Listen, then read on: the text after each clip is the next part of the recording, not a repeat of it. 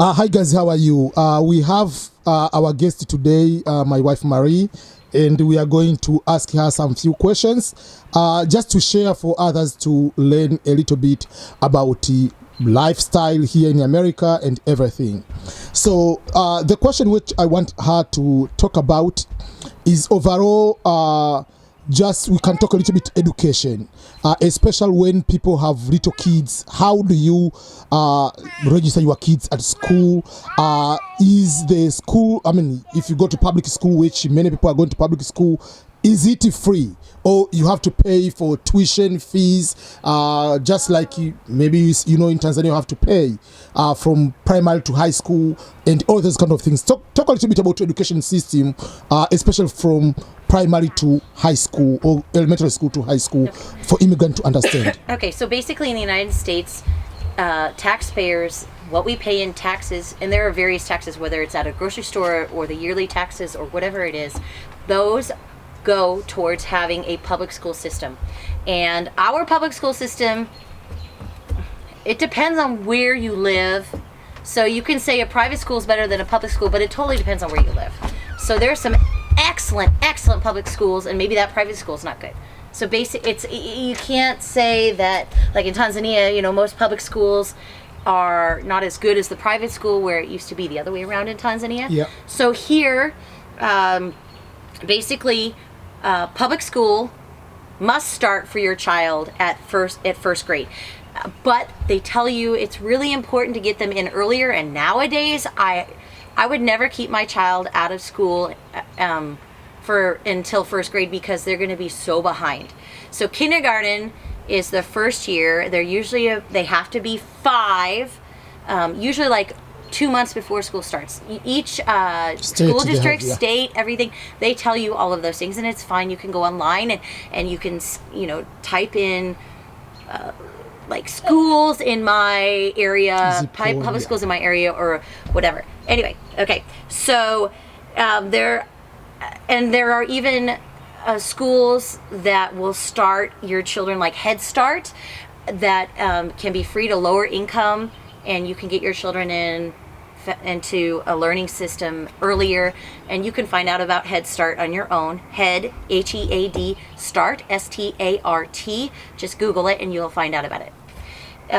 So basically, public schools are free, but with that, some inner city schools have uniforms, but most public schools do not have uniforms.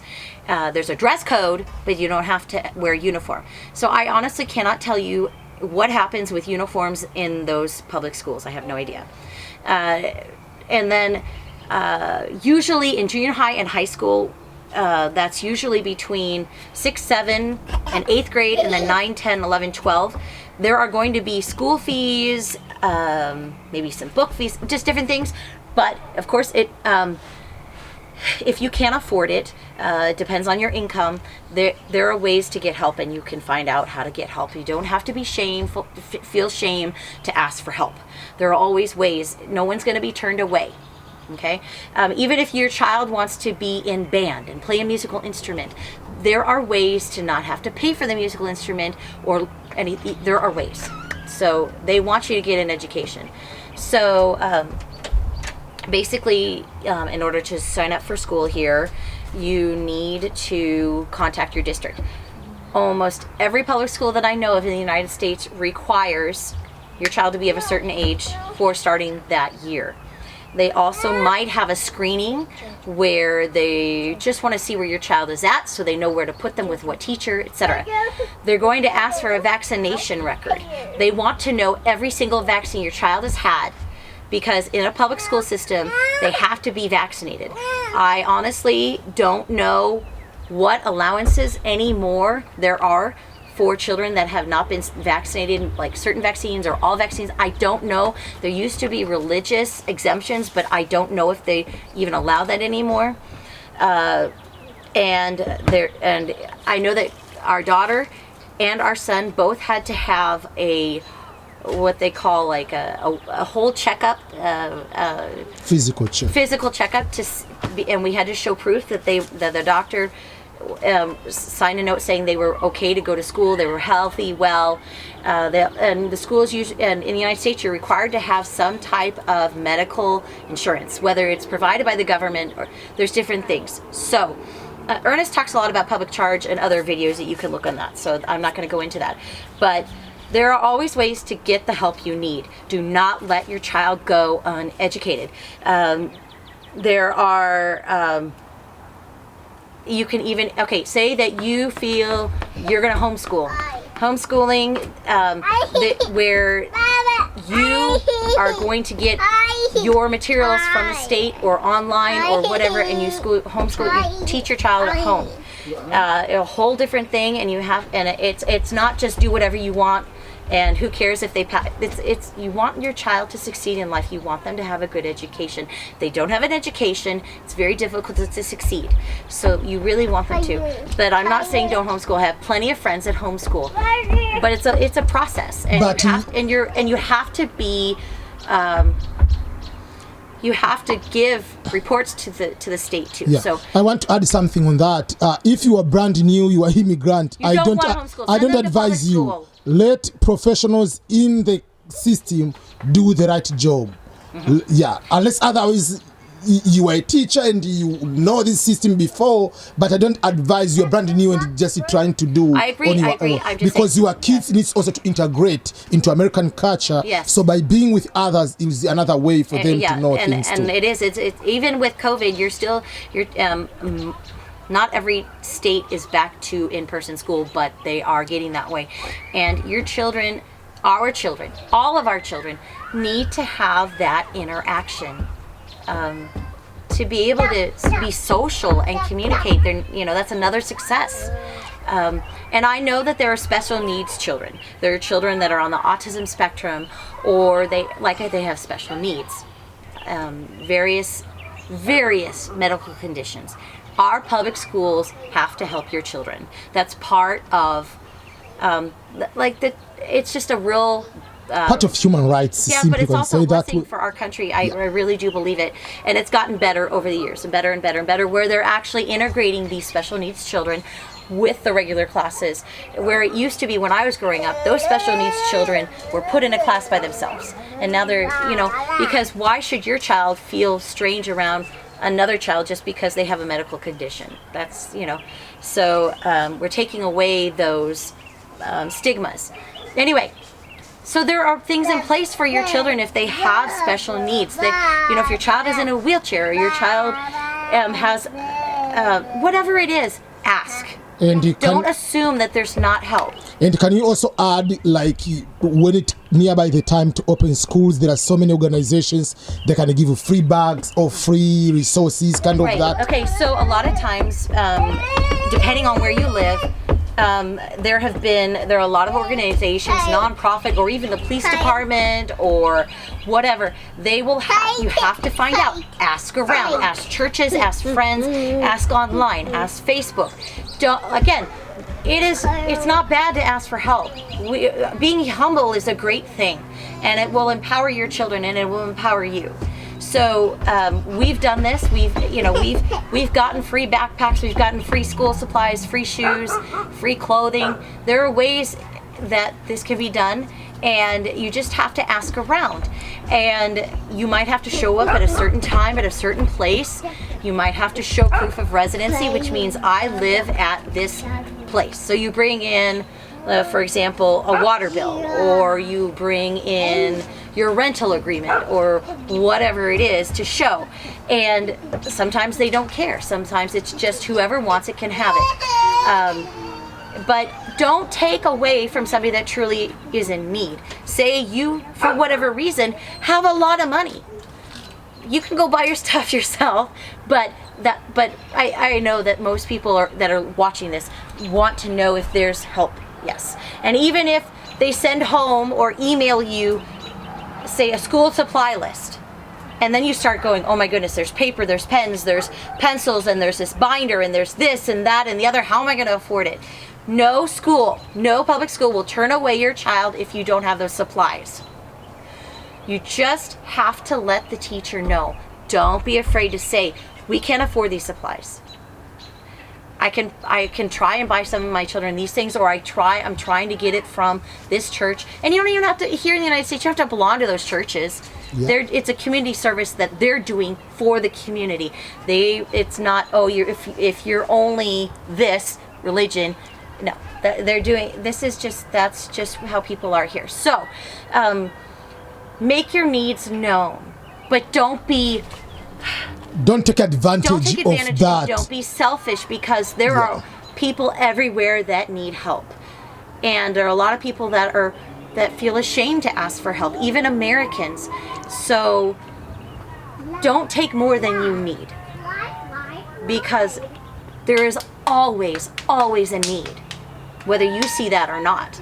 And I will tell you that even if the churches have extra and then they can't give it to somebody here, they'll probably send it with their missionaries overseas or something else.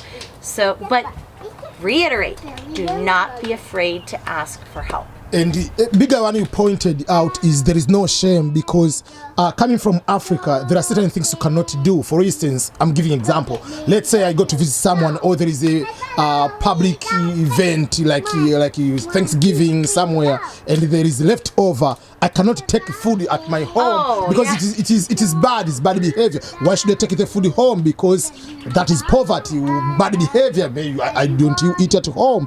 Can I explain that? You can, before that too. Okay. So you can talk about that one. Yeah. But also talk about like the same way. Just because, let's say, you go to get public support, it doesn't mean that, this is bad. They think that because I'm African, I'm poor. There are people who are in America, they are also poor. There is poverty in America too. You have to understand that. So are you sure that the light is still okay? I just want to make sure, sorry. Okay, so first of all, here in the United States, there's still like a stigma for some people that if they were to take their food away, it would make them look like, I don't know, whatever. But seriously, there are more people that take their food with them home, which we call leftovers, than there are that leave it on the plate. Because here in America, we have huge portions and things cost money, and people, why would they want to waste their food? So almost all restaurants have some type of takeaway containers for you. You don't have to bring your own, and they'll help you so you can take it home, and then the next day you can have it and for lunch, or you could take it, whatever. This is extremely common in the United States. Extremely common. I have never been shamed for taking stuff with me. The only time I've never taken things with me, I was at this really fancy restaurant that Ernest took me to years and years ago. The prices weren't on the menu. That's the only time I wouldn't take something home. But most people aren't going to places like that, so it's not a problem. The server will come to you and they'll say, "Are you finished? Would you," and you can say, "Well, I'd like to take the rest of my meal home." Or they might even ask you if would you like some boxes for you to take your things home? So just so you know, and then if you have a microwave, you put it on a microwave safe dish and you can heat it up. Styrofoam can melt in the microwave and it can destroy your food. It can also... you put a foil. Foil? No foil! That aluminum, okay, there are some microwaves you can do it, but really, most of the time, no, and it will cause fire in your microwave, so don't do foil.